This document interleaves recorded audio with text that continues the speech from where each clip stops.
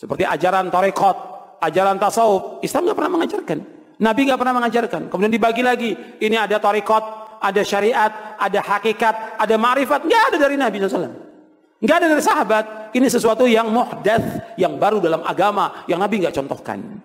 Mereka harus mempunyai cara dalam beribadah kepada Allah. Di luar cara sunnah, ini kan kesesatan. Siapa yang membuat satu cara atau mengambil satu cara dalam beribadah di luar dari sunnah Rasulullah SAW, maka itu merupakan kesesatan.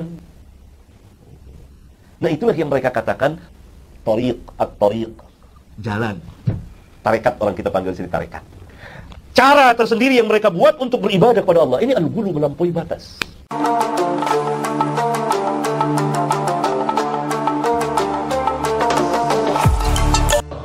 Nyata tidak bahwa tariqah adalah sesat, bid'ah, dan dilarang keras dalam ajaran Islam, sebagaimana tuduhan keji kelompok Salafi Wahabi kepada golongan ahlu sunnah wal jamaah.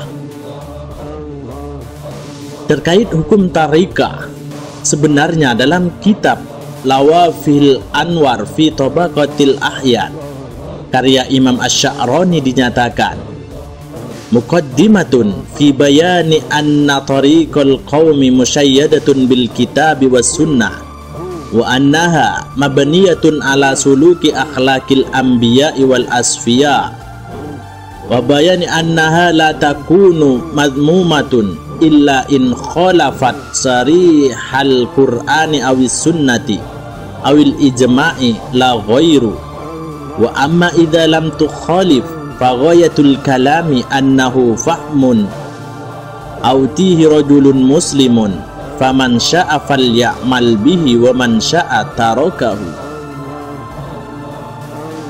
Pendahuluan dalam menjelaskan bahwa tariqah dari kaum itu dikatakan pada kitab dan sunnah, dan sesungguhnya ia dibangun berdasarkan pengamalan akhlak para nabi dan orang-orang suci, dan penjelasan bahwa ia tidaklah tercela kecuali jika bertentangan dengan penjelasan yang terang dari Al-Quran dan Sunnah atau ijma', tidak selainnya.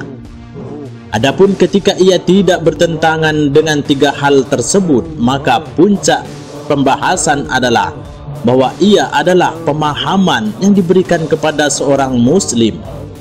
Maka barang siapa ingin mengamalkan, maka amalkanlah, dan barang siapa yang ingin meninggalkan atau tidak mengamalkannya, maka ia meninggalkannya.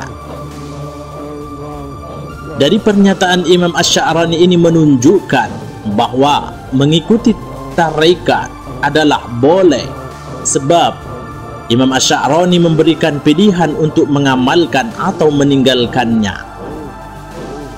Selain itu juga dalam kitab Al-Fuyudat Ar-Rabbaniyah dinyatakan, fa in kana ad-dukhulu fi at-tariqati huwa at-ta'allum bi tazkiyatin nafsi anir rada'il wa tahliyatiha bil mahamidi fa fardu 'ainin, wa in kana al-muradu bihi huwa ad-dukhulu fi at-tariqatil mu'tabaratil makhsusati bidzikri wal awradi famin sunnati Rasulillah sallallahu alaihi wasallam.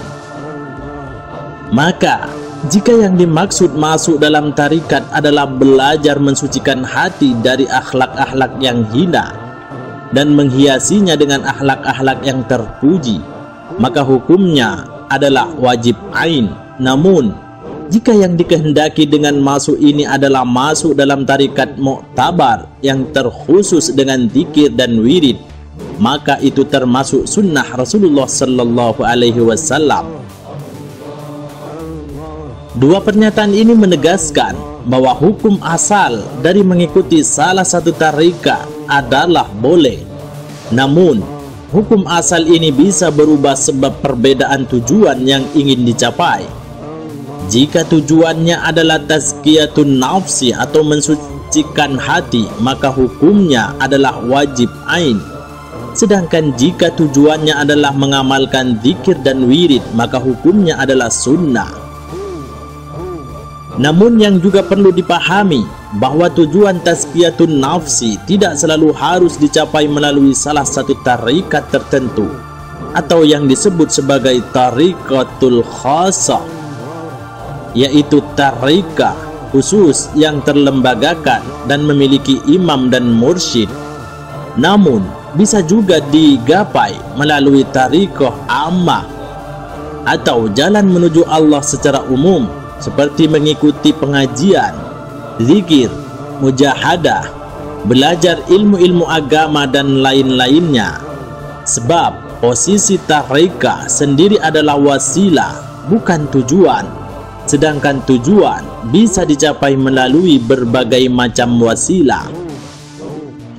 Syekh Yusuf Al-Qardawi dalam karyanya Dirasah fi Fiqhil Maqasidis Syariah halaman 174 menyatakan, anna minha ay syari'ati ma yuqarrarul mabda' al-matluba wa huwa al-maqsudu lisyari'i wa la yu'ayyinu lahu wasilatan litahqiqihi li'anna al-wasilata qabilatun lit-taghyiri wal ikhtilafi biikhtilafil azminati wal amkinati wal a'rafi wal dhurufi al ijtimaiyati wal iktisadiyati was siyasiyati.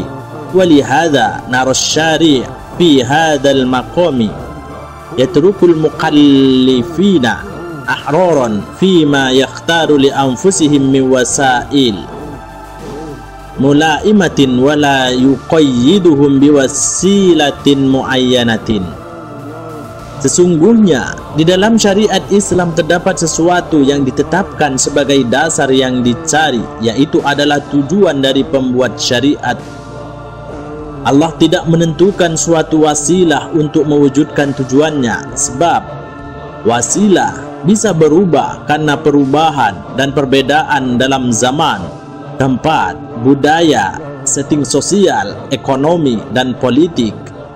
Oleh karena itu, aku melihat bahwa pembuat syariat dalam permasalahan ini meninggalkan para mukallaf sebagai orang-orang yang bebas dalam apa yang mereka pilih untuk diri mereka dari wasilah-wasilah yang relevan dan tidak mengikat mereka dengan satu wasilah tertentu. Wallahu a'lam bissawab.